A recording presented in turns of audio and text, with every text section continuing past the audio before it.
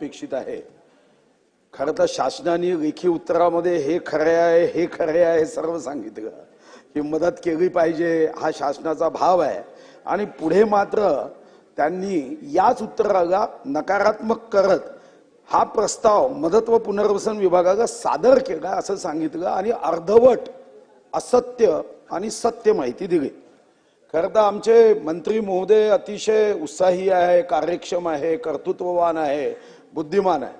फक्त त्यांच्यापेक्षा 60 टर्मचा आमदार म्हणून मी त्यांना सल्ला देईल की अधिकाऱ्यांनी सांगितलेलं उत्तर अपेक्षित नाही, म्हणूनच आपण सचिवालयाचं नाव बदलून मंत्रालय केलं की मंत्र्यांनी सुद्धा सचिवांनी सांगितलेलं जसंच्या तसं सांगू नये।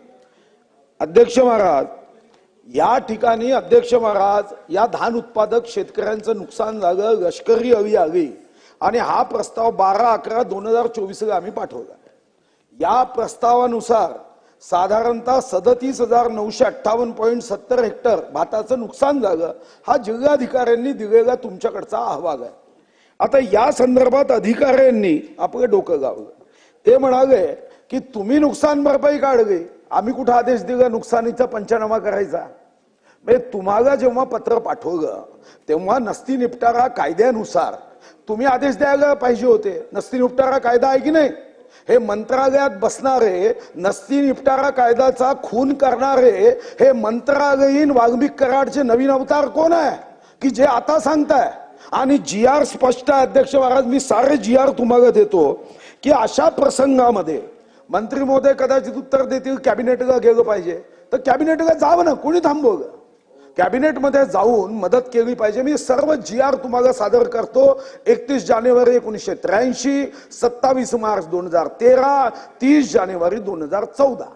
आता या GR नुसार तुम्ही पंचनामे केले नाही आणि आता म्हणता पंचनामे केले नाही तर आम्ही काय करू? तर मग माझी पहिली मागणी, ज्या प्रश्नाचं उत्तर अपेक्षित आहे की मग आपण सोयाबीन मध्ये जेव्हा सोयाबीनच्या संदर्भामध्ये येलो मोझॅकच्या वेळी असंच झालं, पंचनामे केले नाही। मग सन्माननीय सर्व आमदारांनी सांगितलं की या सोयाबीन शेतकऱ्यांना मदत केली पाहिजे, कॅबिनेटमध्ये निर्णय झाला आणि सरसकट मदत केली। मंत्री महोदय, कदाचित तुमच्या मनात प्रश्न येईल की पंचनामा केला नाही तर नुकसान कसं द्यायचं, तेही मी सांगून देतो। कदाचित अधिकारी तुम्हाला सांगणार नाही। सर्वात सोपी असा हा प्रयोग आहे।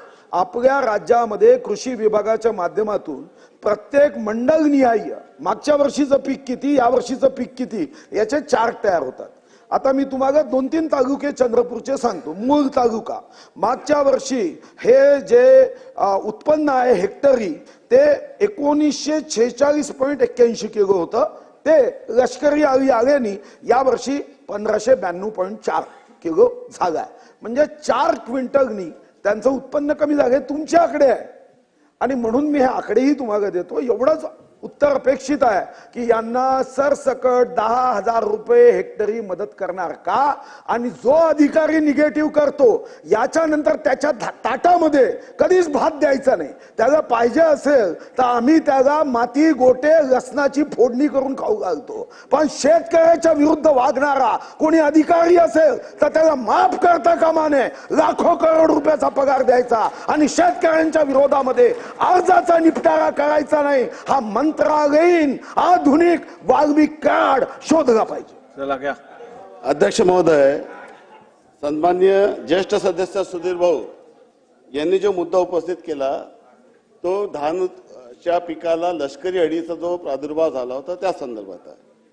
सभागृहाला आणि सन्माननीय सदस्य ज्येष्ठ सदस्य त्यांना देखील याबाबतची माहिती आहे की आपल्याकडे जे शेतकऱ्यांना मदत करण्याची जी प्रचलित कार्यपद्धत आहे त्यामध्ये आपत्ती व्यवस्थापन मध्ये केंद्र सरकारने 12 निकष ठरवलेले आहे आणि राज्य